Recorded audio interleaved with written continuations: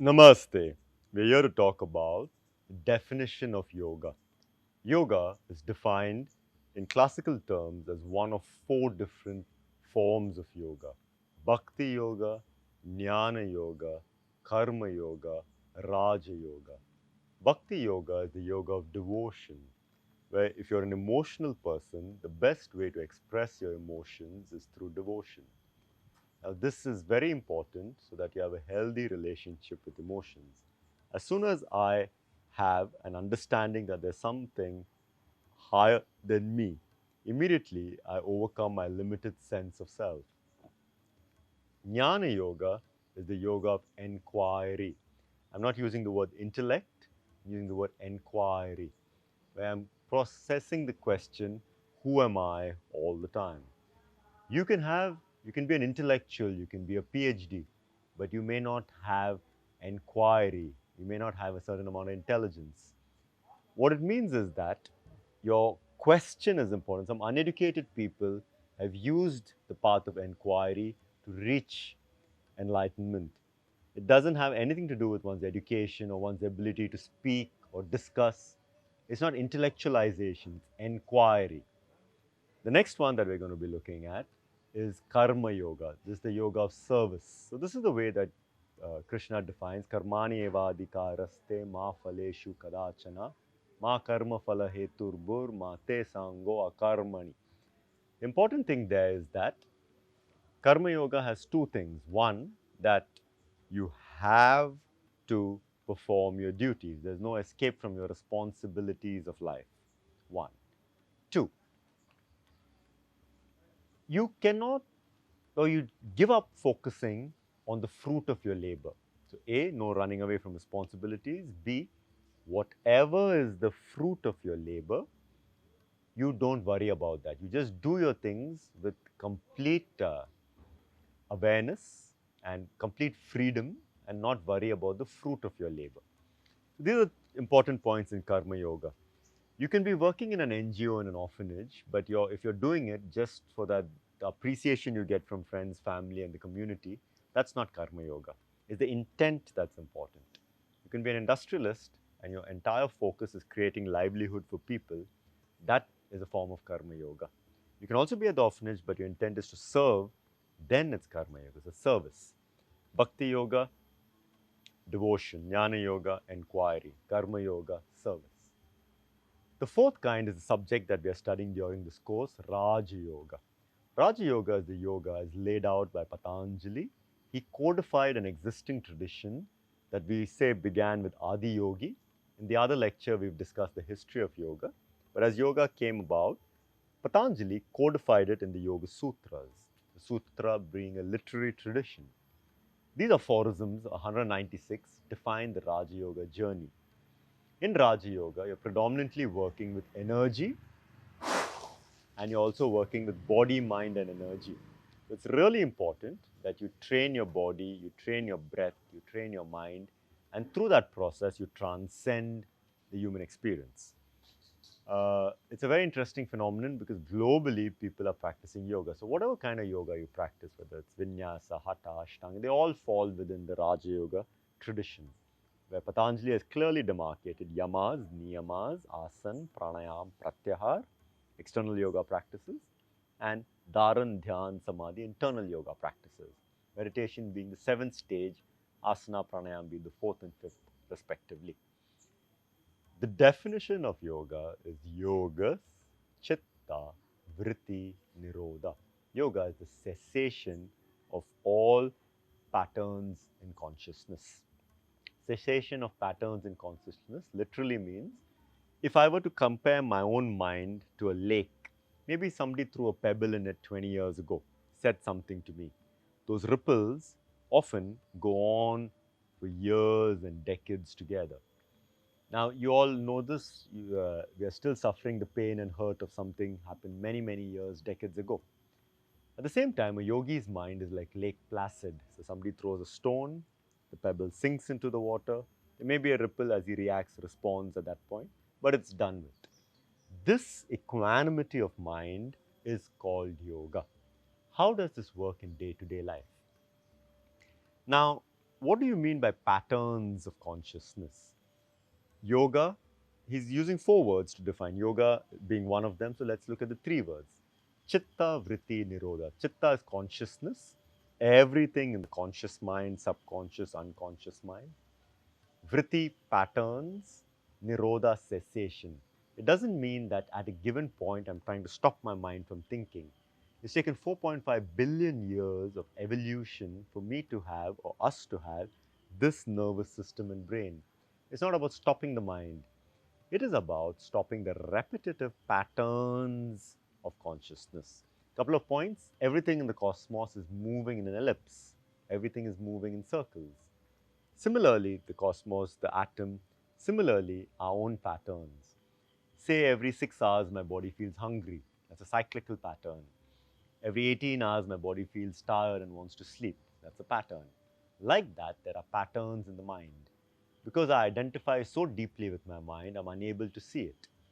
Like at some point, I say the body is hungry, let's give it lunch. There's a certain dissociation between the body and me, as opposed to I am hungry. Similarly, I may find if I journal that every 6 days I feel jealous, or every 3 days I feel angry, or like this, there are certain cyclical patterns. So it doesn't mean I'm feeling jealous because I've seen this person. No, it is in me. It is a pattern within me. So if I didn't see this person, I saw somebody else, I would still feel jealous. That is my pattern. I have to understand these patterns. The cessation of these patterns is yoga. The cessation doesn't mean any kind of therapy, any kind of positive thinking, none of that. It's not healing. It is about observing. If I can observe this pattern within of me, then it drops.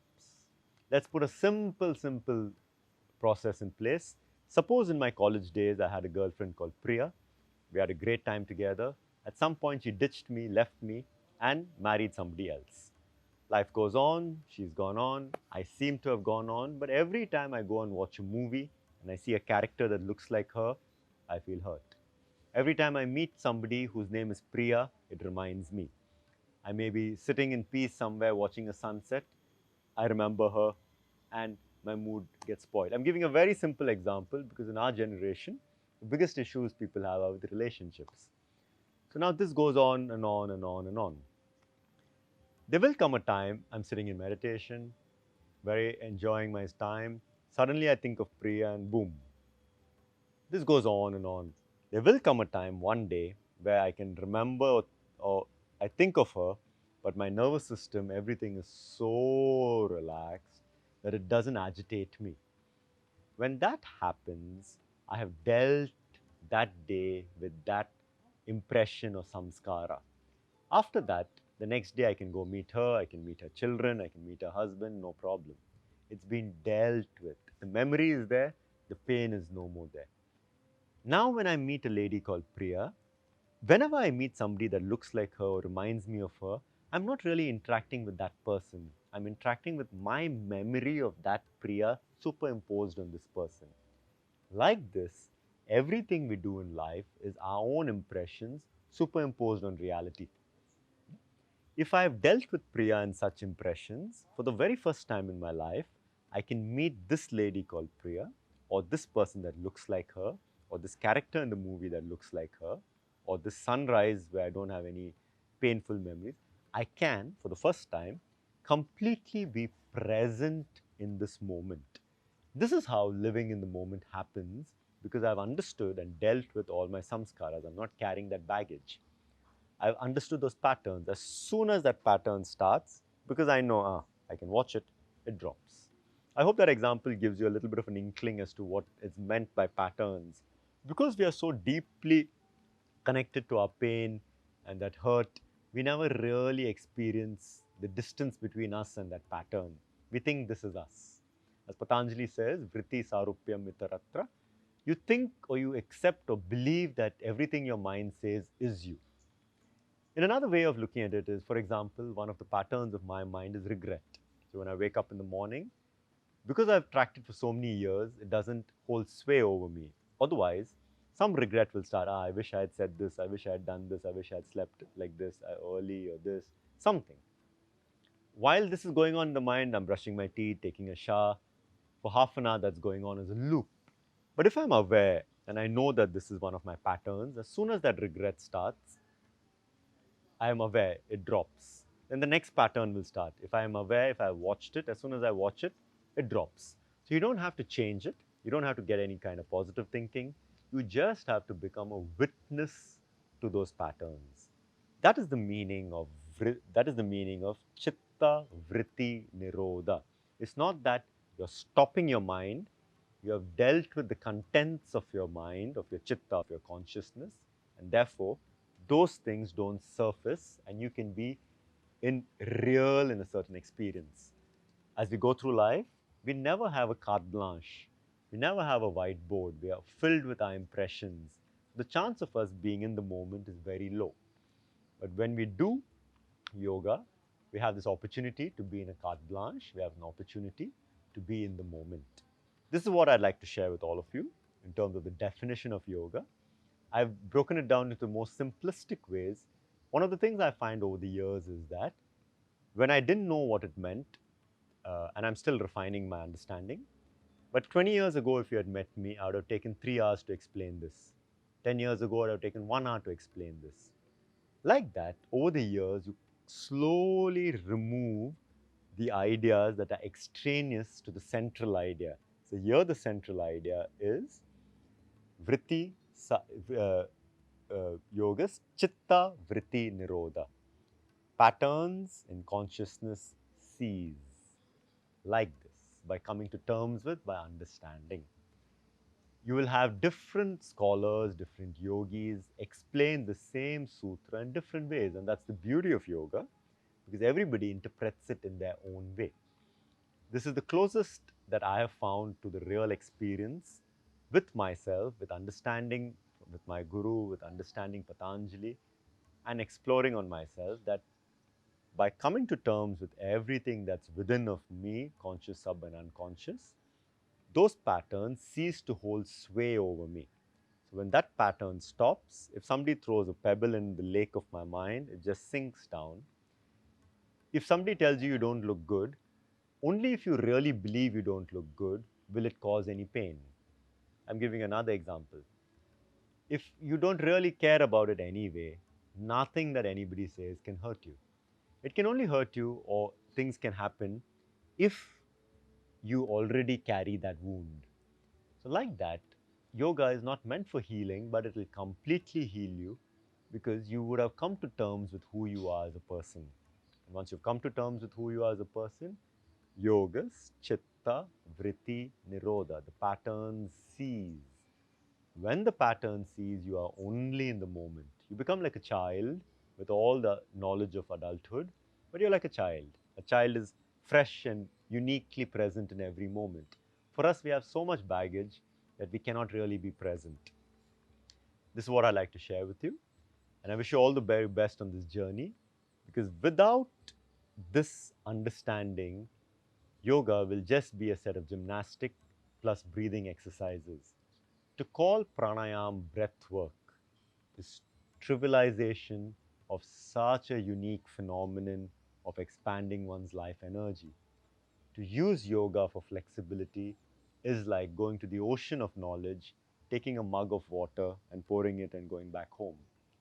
I, I invite you, since you've already signed up for a course that you're giving your time and effort to study a subject, don't make that mistake. Don't go to the ocean, take a mug and put water on yourself. Jump in, understand. When you come out from that swim, you would have transformed. Yoga is not about information, it's about transformation. You may know everything there is to know, but you may not have transformed even 1 inch, even 1%. I request you to fundamentally focus on an inner journey, on an inner transformation.